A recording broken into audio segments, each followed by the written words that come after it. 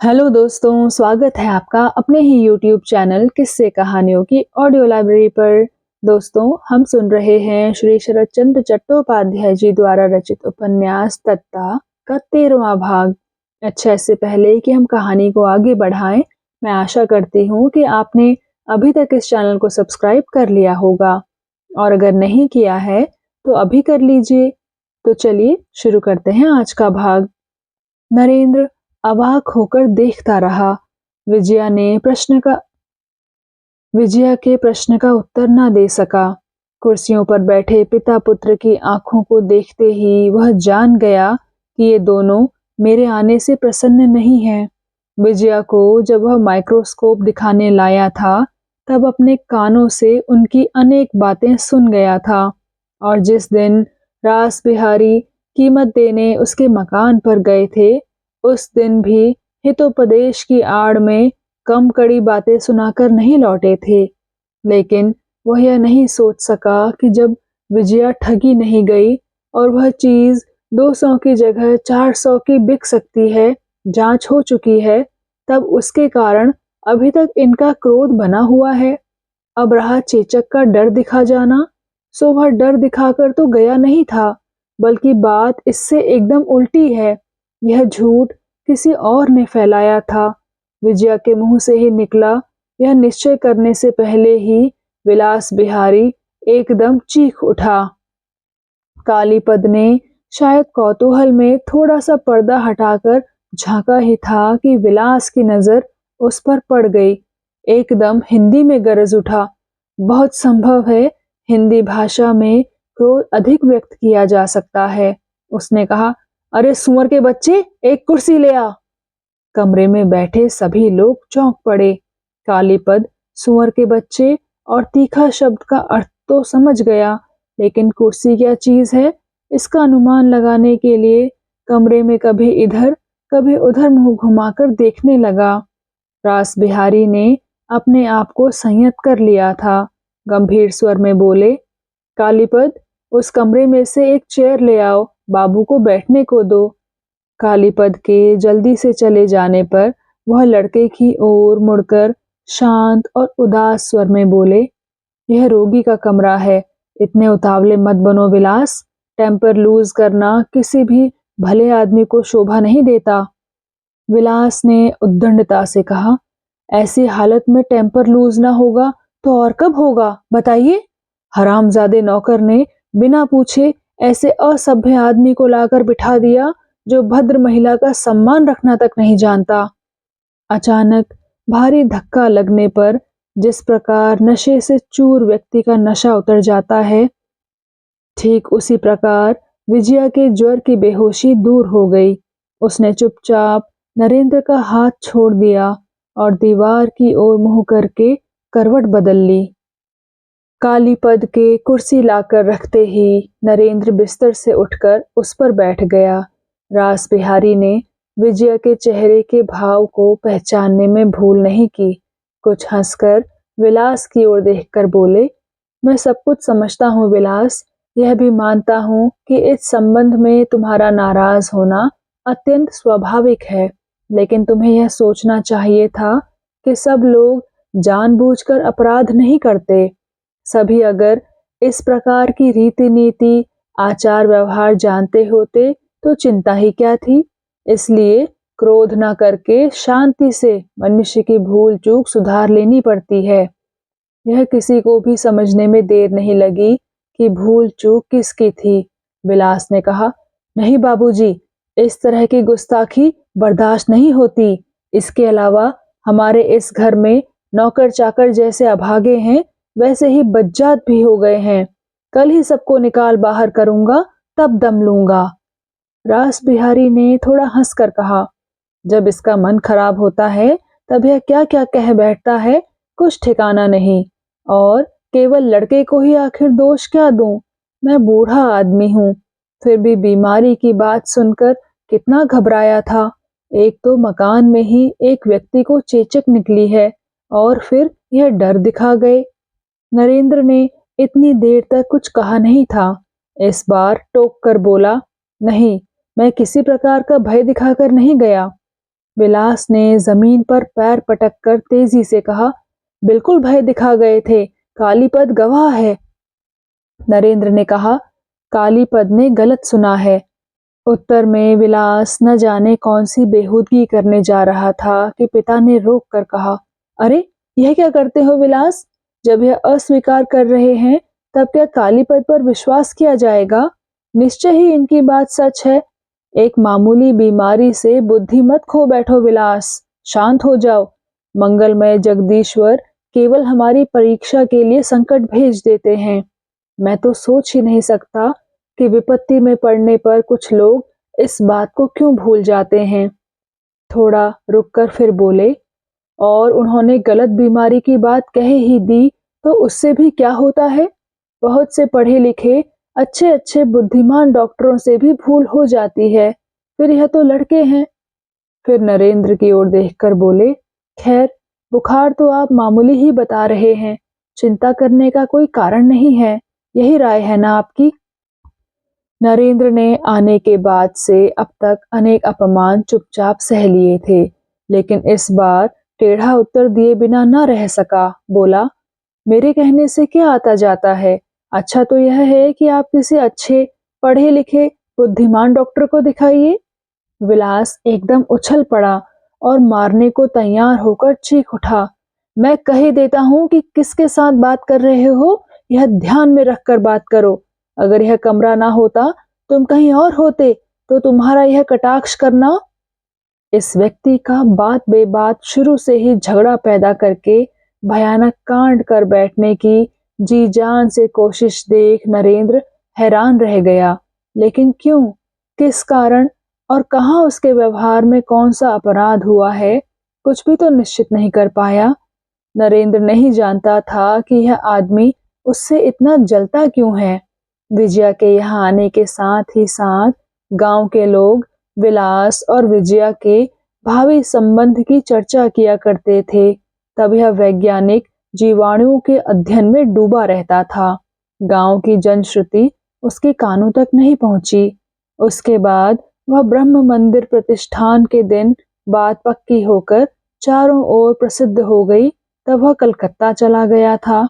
आज पिता पुत्र की बातचीत के ढंग से बीच बीच में उसे एक अनदेखी व्यथा की तरह कुछ खटक अवश्य रहा था, लेकिन उसे स्पष्ट करने का ना तो उसे समय ही मिला और ना आवश्यकता ही उसे थी।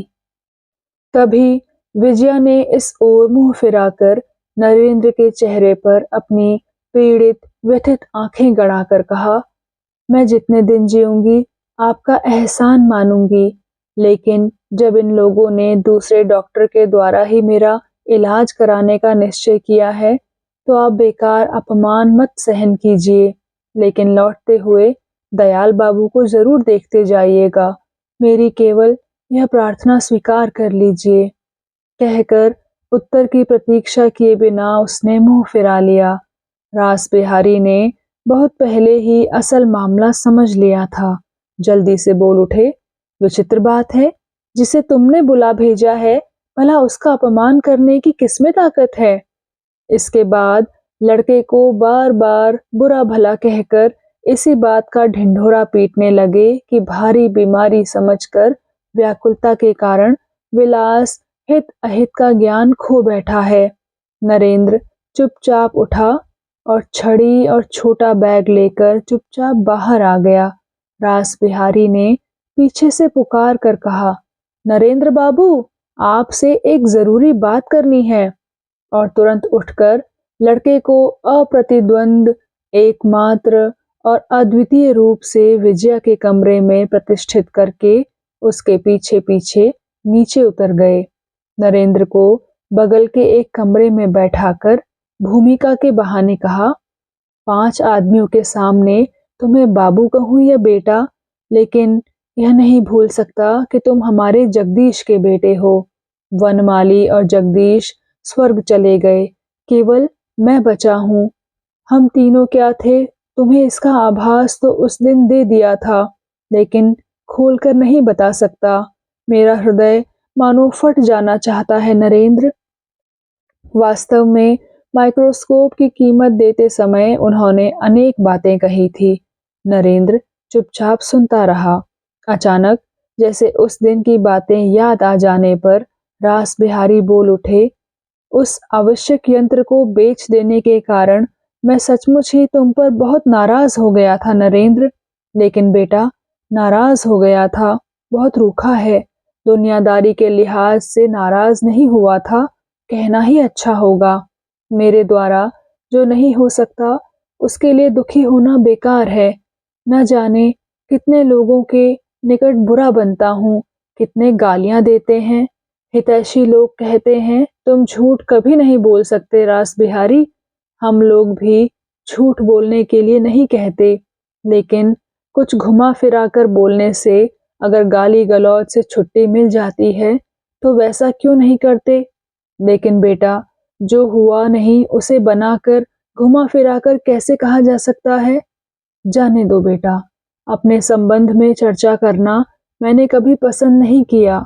और एक बात जानते हो नरेंद्र, मैंने बाल इस दुनिया में रहकर ही सफेद कर डाले हैं, लेकिन क्या करने और क्या कहने से सुख सुविधा मिलती है आज तक पके सिर में नहीं आ सका। नहीं तो यह बात तुम्हारे मुंह पर ही कहकर कि मैं तुमसे नाराज हुआ था, तुम्हें क्यों कलेश पहुंचाता। नरेंद्र ने विनम्रता से कहा, जो सत्य है आप वही कहते हैं, इसमें दुखी होने की कोई बात नहीं है। रास बिहारी गर्दन हिलाते हिलाते बोले, नहीं, यह बात मत कहो नरेंद्र, कठोर बात की ठेस लगती ही है, लेकिन मैं चुप नहीं रह सकता। सोचा बहुत दुख में ही अपनी जरूरी चीज बेच गया है, उसकी कीमत जो भी हो, जब तय हो चुकी है तब कुछ सोचा नहीं जा सकता और कीमत देने में भी देर नहीं की जा सकती। हमारी विजया बेटी की जब इच्छा है और जितने दिनों में देने की हो, रुपए दे, लेकिन मैं अभी जाकर खुद ले आऊं। रुपए पाकर बेचारा विदेश जा सकेगा। एक दिन देर करना भी उचित नहीं है, जबकि वह हमारे जगदीश का लड़का है। नरेंद्र ने उस समय की कड़वी बातों को याद करके दुखी मन से पूछा, क्या उनकी कीमत देने की इच्छा नहीं थी। वृद्ध ने गंभीर होकर कहा, नहीं, यह बात तो मेरे मन में आई नहीं, लेकिन तुम तो जानते हो। नहीं, जाने दो, कहकर वे एकदम चुप हो गए। रास बिहारी आदमी पहचानते थे। नरेंद्र की आज की बातचीत और व्यवहार से उन्हें भीषण संदेह हो गया था कि नरेंद्र अभी तक असली बात नहीं जानता। बोले, विलास के आचरण से मैं जितना दुखी हुआ हूँ उतना ही लज्जित भी। इस माइक्रोस्कोप की ही बात कहता हूँ। विजया विलास की सलाह लेकर उसे खरीदती तब तो कोई बात ही नहीं उठती। तुम ही बताओ, क्या यह उसका कर्तव्य नहीं था। विजया के कर्तव्य को ठीक तरह से न समझ पाने के कारण नरेंद्र जिज्ञासा से उनका मुंह ताकता रहा। रास बिहारी ने कहा, उसकी बीमारी की खबर पाकर विलास कितना व्याकुल हो उठा है, हमें समझने के लिए बाकी ही नहीं है। सारी भलाई बुराई, सारी जिम्मेदारी उसी के सिर पर तो है। चिकित्सा और चिकित्सक निश्चित करना उसी का काम है। उसकी राय के बिना तो कुछ हो नहीं सकता। विजया ने अंत में स्वयं भी तो यह समझ लिया, लेकिन 2 दिन पहले सोच लेती तो ये अप्रिय घटनाएं ना हो पाती। अब वह छोटी लड़की नहीं है। सोचना तो उचित था। क्यों उचित था यह ना समझ पाने के कारण नरेंद्र वृद्ध के प्रश्न का समर्थन ना कर सका, लेकिन मन में आशंका जाग उठी। वृद्ध ने कहा, लेकिन बेटा, तुम विलास के मन की हालत समझकर अपने मन में ग्लानि मत रखना। मेरा एक अनुरोध और है नरेंद्र, इन लोगों का विवाह बैसाख में होगा। अगर कलकत्ता में रहे तो अभी से कह देता हूँ, इस शुभ कार्य में तुम्हें योग देना होगा। नरेंद्र कुछ कह नहीं सका, सिर्फ गर्दन हिलाकर बताया, अच्छा। रास बिहारी बोले, यह विवाह मंगलमय की एकांत इच्छा से हो रहा है। दूसरे, यह संबंध इन दोनों के जन्म लेते ही निश्चित हो गया था। खैर, तो क्या अब कलकत्ता में ही रहना होगा। काम मिलने की कोई आशा वाशा है। नरेंद्र बोला, हाँ, एक विलायती दवाइयों की दुकान में मामूली सा काम मिल गया है। रास बिहारी खुश होकर बोले, अच्छी बात है, अच्छी बात है। दवाइयों की दुकान में अच्छा पैसा है। टिक कर रह सके तो सिलसिला जमा लोगे। नरेंद्र इस इशारे के पास भी नहीं फटका, बोला, जी हाँ। रास बिहारी ने पूछा, कितना वेतन देते हैं? नरेंद्र बोला, बाद में कुछ अधिक दे सकते हैं, इस समय तो कुल 400 देते हैं। 400? रास बिहारी के आश्चर्य की सीमा न रही। दिन चढ़ते देख नरेंद्र उठ खड़ा हुआ। दयाल बाबू के 2-4 चेचक के दाने दिखाई पड़े थे, उन्हें देखने जाना था। उसने पूछा, परेश अब कैसा है, आप बता सकते हैं? रास बिहारी बोले, उसे गांव के घर भिजवा दिया है, कैसा है कह नहीं सकता। दोनों कमरे से बाहर निकल आए। रास बिहारी को फिर ऊपर जाना था, लड़का प्रतीक्षा कर रहा होगा। उसने चिकित्सा का क्या प्रबंध किया यह भी जानना था। बरामदे के छोर पर आकर नरेंद्र ने पल भर रुक कर कहा, आप मेरी ओर से विलास बाबू से एक बात कह दीजिए कि तेज बुखार में मनुष्य का आवेश साधारण से कारण से बढ़ जाता है। विजया के संबंध में डॉक्टर की इस बात पर अविश्वास न करें। यह कहकर वह मुड़ा और तेज चाल से चला गया। स्नान नहीं, खाना नहीं, सिर पर कड़ी धूप मैदान पार करता हुआ नरेंद्र दिघड़ा की ओर चला जा रहा था। उसे कुछ भी अच्छा नहीं लग रहा था। चलते चलते अपने आप से प्रश्न करने लगा, मेरी क्या गर्ज है? किसी स्त्री ने अपने एक श्रद्धा पात्र को देखने के लिए अनुरोध कर दिया है, इसलिए जिसे कभी आंखों से देखा नहीं, उसे देखने के लिए ऐसी धूप में खेतों के ब्राह्मण ढेले फोड़ता फिर रहा हूँ। यह सोचकर कि यह अनुरोध करने का उसे कोई अधिकार नहीं था, उसका तन मन जलने लगा। अपने आप से कहने लगा कि इस अनुरोध की रक्षा करने के लिए जाने में आत्मसम्मान की हानि है। फिर भी वह लौट ना सका। एक एक कदम बढ़ाता हुआ दिघड़ा की ओर बढ़ने लगा और थोड़ी ही देर में उस अनुरोध की रक्षा करने के लिए अपने मकान के दरवाजे पर पहुंच गया। तो दोस्तों, कैसा लगा आपको आज का भाग? कृपया कमेंट सेक्शन में आकर जरूर बताइएगा। मैं मिलूंगी आपसे इसी कहानी के अगले भाग के साथ। तब तक के लिए धन्यवाद।